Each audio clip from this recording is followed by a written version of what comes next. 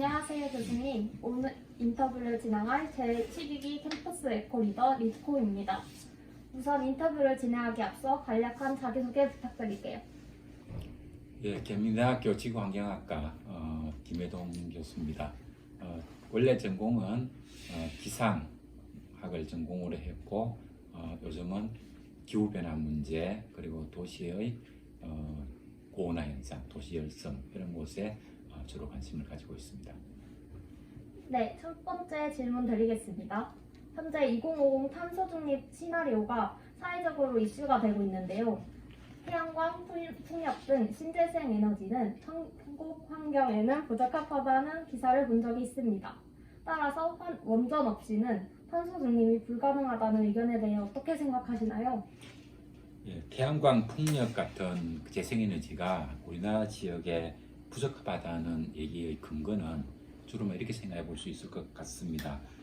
무엇보다도 우리나라가 국토가 좁다. 그래서 미국이라든가 호주, 중국과 같이 우리가 사용하지 않는 영토가 아주 넓게 있으면 대규모 태양광, 풍력을 설치해서 사용할 수가 있는데 우리나라는 좁은 국토에 인구가 많기 때문에 그렇게 재생에너지를 대규모로 설치하기가 어렵다. 이런 얘기가 되겠고요. 그 다음에 두 번째는 태양광의 경우에도 태양광으로 발전을 많이 하려면 일사량이 많아야 되는데 우리나라의 일사량은 미국의 캘리포니아주라든가 우리 주변에 있는 몽골 이런 곳에 비하면 턱없이 작다. 그래서 효율성이 떨어진다. 이런 류의 얘기고요.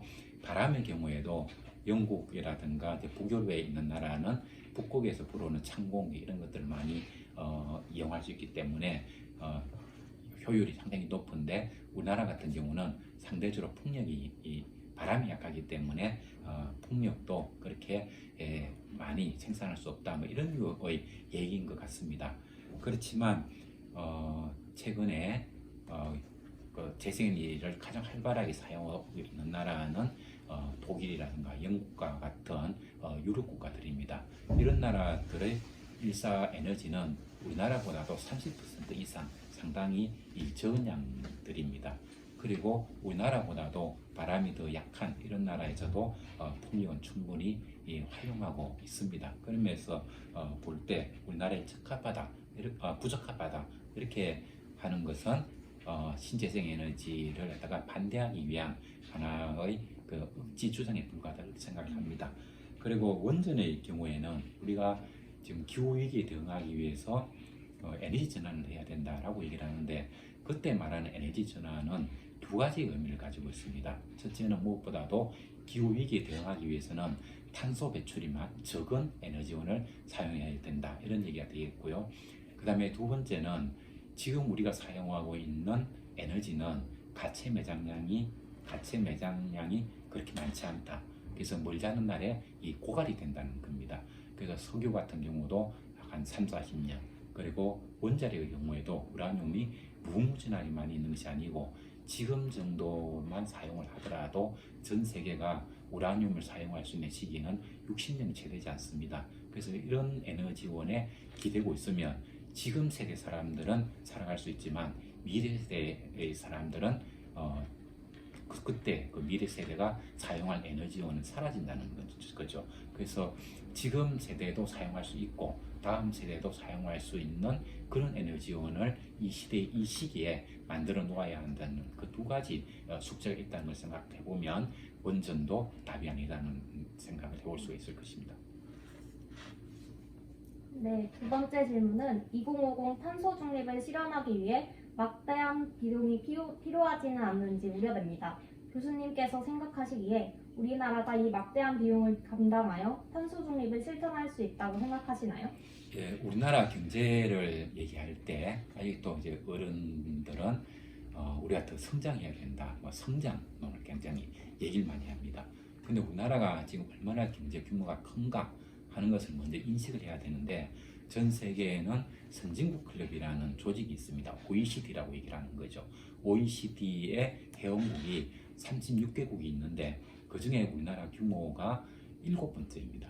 그러니까 선진국 클럽 중에서도 최상위권에 속하는 나라가 우리나라라는 생각을 못하고 있습니다. 아직까지도 우리가 70, 80년대 같은 아직 못 먹고 못 사는 이런 나라라는 생각을 하는 사람들이 있는데 그것은 올바르지 않는 인식이라는 걸 먼저 알아야 되겠습니다. 그리고 지난 3년간 2020년부터 지금까지 우리나라가 코로나 대응책으로 돈을 얼마나 많이 썼는가 하는 것을 생각해 봐야 됩니다. 지금 윤석열 정부 들어서고 나서도 자영업자들에게 약 64조 원의 지원금을 주겠다고 나오고 있습니다. 그 전에 문재인 정부에서도 수십조 원의 자금 지원을 했습니다. 근데 에너지 전환을 하기 위해서는 2050년까지 약 160조 원, 그러니까 우리가 코로나 문제를 당해서 3년 동안 썼던 비용의 한 2배 정도면 충분한 그 정도의 자금입니다. 세 번째 질문은 2015년 파리 기후협약에서 도널드 트럼프 전 미국 대통령이 탈퇴를 선언했는데 이처럼 큰 영향력을 행사하는 나라의 기후협약 탈퇴에 대해서 어떻게 생각하시나요? 그리고 이것의 기후변화에 영향을 끼칠까요? 그러니까 지금은 이제 기후 위기 시대라고 얘기를 하고 전 세계가 비상한 마음으로 이 문제에 대처하지 않으면 우리는 기후 변화로부터 인간과 생명체들을 지구 생명체를 지킬 수 있는 시기를 영원히 놓칠 것이다 이런 얘기를 하고 있습니다. 그리고 미국과 유럽 이런 나라들은 오늘날과 같은 지구 환경 위기를 가져온 주범 국가입니다. 그럼에도 불구하고 전 세계에서 가장 잘 살고 전 세계의 안전을 책임져야 될 미국 같은 나라에서 기후 위기에 대해 기후 변화 협약으로부터 탈퇴선을 한 지가 2번이나 있었거든요. 97년도에 교토 오전서 이후에 부시 정권에서 한 번 있었고 또 지난 트럼프 정권에서도 이런 일이 있었는데 이 강대국에서 이런 무책임함을 드러낸다는 것은 소매에서 반문명적이라고 말할 수가 있겠고 그리고 요즘 얘기가 많이 떠돌고 있는 반지성주의라는 거 있죠. 그것의 하나의 표출이다라고 말할 수 있겠습니다. 네, 네 번째 질문은 기후변화로 인해 해수면이 1m 상승하면 우리나라에서는 인천 송도와 부산의 일부분이 침수된다고 합니다. 이것이 현실성 있는 예상인지 만약 일어난다면 교수님께서 예상하시기에 언제 일어날 것이라고 보시나요? 예, 지금 전 세계가 기대하고 있듯이 파리 협정회에서 우리가 온실기체를 충실하게 전 세계가 같이 협력해서 줄여간다고 하더라도 금세기 말까지 지금보다 해수의 상승이 40에서 60cm 정도 더 상승할 것이다 이런 이제 보고가 나오고 있습니다. 그런데 현실적으로는 전 세계가 파리 협정을 잘 준수해서 우리가 목표로 하는 것만큼 온실기체를 줄이기가 사실상은 어려울 것이다 라고 얘기를 하고 있고요. 그래서 우리가 목표로 하는 금세기 말까지 산업화 이전 즉 1900년대 이전에 비해서 추가적 온도 상승 1.5도 이내로 억제하는 것은 사실상 불가능한 것으로 보고 있습니다. 실제로는 약 2도 정도 상승이 되지 않겠느냐 보고 있고 또 어쩌면 3도까지 상승할 수 있을 것이다 이렇게도 보고 있거든요. 그래서 전 세계의 그 지구 온난화 문제의 무서움을 본격적으로 제기한 사람이 1988년 미국 상원에 와서 청문회에 응했던 한센 박사인데 한센 박사의 추론에 의하면 지구 온도가 만약에 산업화 이전보다 3도 이상 상승이 된다면 그것을 우리가 티핑 포인트라는 얘기를 하는데 그런 경우에는 해수위가 20에서 30m까지도 상승할 수 있다라고 얘기를 하고 있습니다. 그래서 우리가 기후위기라는 얘기를 쓰고 있는 것이고 우리에게 남긴 시간은 많지가 않습니다.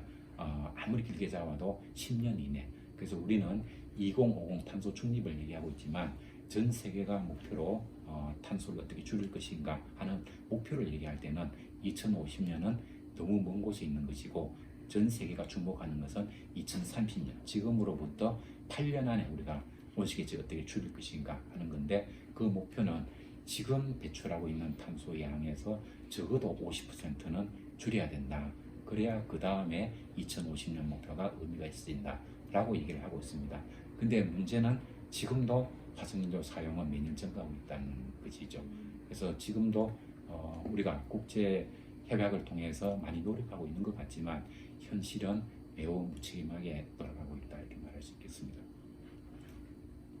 네, 다섯 번째 질문은 환경을 전공하는 학생이 아닌 일반 시민들은 사실 탄소 중립과 기후변화 위기 등을 안일하게 생각할 수도 있을 텐데요. 기후변화가 지속된다면 결국 우리는 어떻게 될까요? 예, 먼저 기후변화가 지속되면 결국 우리는 어떻게 될 것인가 이런 얘기인데요. 지금이 어떤 시기인가 하면 지구가 만들어지고 나지고 30억 년 전에 지구에 생명체가 나타났거든요. 그리고 나서 대멸종기가 5번 있었습니다. 그리고 지금은 6번째 대멸종기에 해당이 됩니다.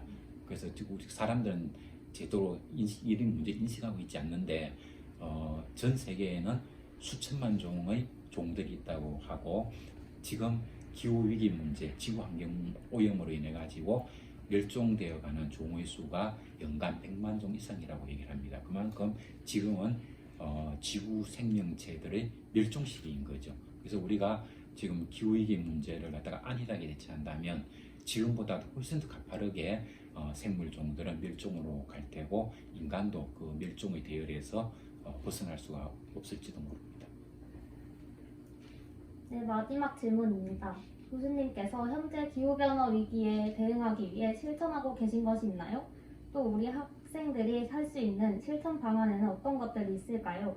예, 기후변화 위기에 대응한다는 것도 결국은 지구 환경의 문제인데 이 문제에 우리가 어떻게 대처할 수 있느냐라고 한다면 지구상에는 80억 명의 인구가 있고 그들이 서 있는 위치, 그들의 그 개개인의 능력에 따라서 할 수 있는 일은 많이 다를 것으로 생각을 합니다. 근데 오늘날 우리가 지구 환경 위기가 왜 왔는가라는 생각을 하자면 작년에 유엔 환경계획 UNEP이라는 곳에서 보고서를 하나 냈는데 그 보고서 제목이 우리는 지구를 과도하게 착취해 왔다라는 얘기입니다. 결국은 지금의 지구 환경 위기는 인간이 만든 거죠. 인간이 환경을 확대하고 자연으로부터 너무 많은 자원을 빼앗았기 때문에 오늘날 같은 위기가 온 겁니다. 근데 우리가 지구 환경을 갖다가 위기에 빠뜨린 것은 지구 환경이 미워서 그렇게 한 것이 아니고 우리가 좀 더 편리한 생활을 하고 좀 더 풍요로운 삶을 살고 좀 더 편리한 삶을 살기 위해서 자연을 희생시켰던 겁니다. 그래서 우리가 무슨 일을 할 수 있을까 하면 결국은 우리가 자연과 우리가 어떻게 공존할 것인가를 생각해야 되고 그러려면은 우리가 어떻게 소비를 많이 줄여갈 수 있을 것인가 하는 것이 답이라고 생각합니다. 그래서 개개인 일반 사람들은 자신의 삶 가운데서 근검절약하는 삶, 자발적으로 가난한 삶 이것을 실천하는 것이 반드시 필요하고요.